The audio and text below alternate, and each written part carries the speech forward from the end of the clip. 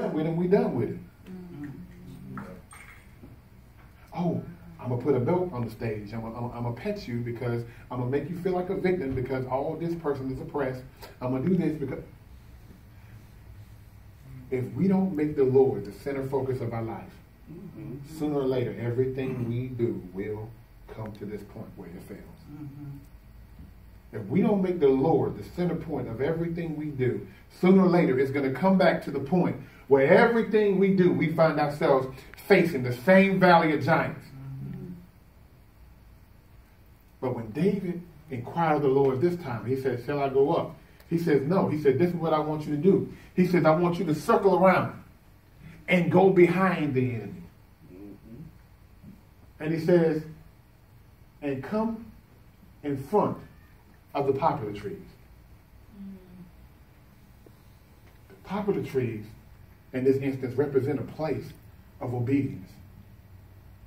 When you do what God called you to do, even in the face of your enemies, one of the things that happens, God says, I want you to wait now. See, some of y'all, we do what God says, but we do it ahead of his time. He says, I want you to wait on me. They that wait upon the Lord shall renew their strength. Mount up on.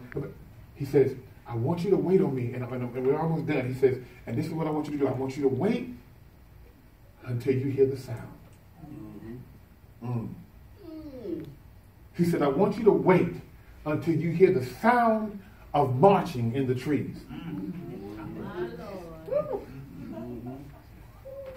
I want you to wait. See, and that's one of the reasons why you inquire of the Lord. Because you inquire of the Lord until the point where you get to the point where it doesn't take, you get to the point where God begins to speak to you and you recognize him more easily.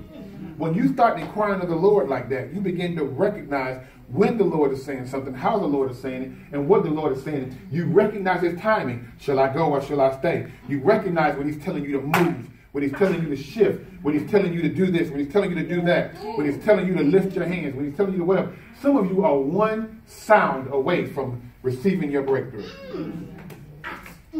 Incidentally, God called that place Bel Perazim, the Lord of the breakthrough, the place where God breaks through. He says, I want you to wait until you hear the sound. That sound, I need you to picture this, because I can't get out of it until you picture this part.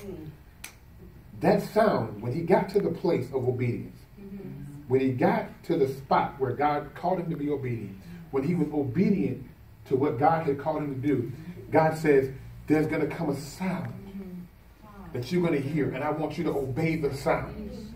I want you to obey the sound. When the sound comes, when you hear that sound, when there's a knowing in your spirit, when you hear the rustling in the trees, know that your help comes from the Lord.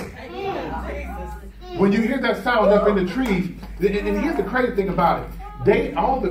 It was only about 30,000 of them. All of them didn't go up like all of the Philistines did. But when they went up and they heard that sound, what was the sound that the Philistines... See, it's not enough just to know the sound that the armies of Israel heard. You got to know what the sound was that the Philistines heard. See, the enemy, the children of Israel heard the sound of marching in the trees. But the enemy heard the sound of an army coming. That was greater than their army. The Philistines heard see, when you come in there, you may come in there and in our office alone. But what the enemy sees, the enemy sees. See, and I got to go back. I know I joke with Cousin Angela. We always joke and I say, well, I joined one of the biggest gangs in the history of the world, the United States Army. I just realized that ain't true. The biggest gang in the history of the world is believers. Amen. And see, because here's the thing. When we come and you step into that place and you're a believer, Brother John, when you step into that place and you're a believer, what happens is the enemy may see you and you just look like one person. But what they don't recognize is that behind you is grace, favor, mercy, truth, peace, righteousness, prosperity, victory. Victory belongs to Jesus. Joy in the Holy Ghost. The sword of the Spirit, the shield of faith, the word of God, patience.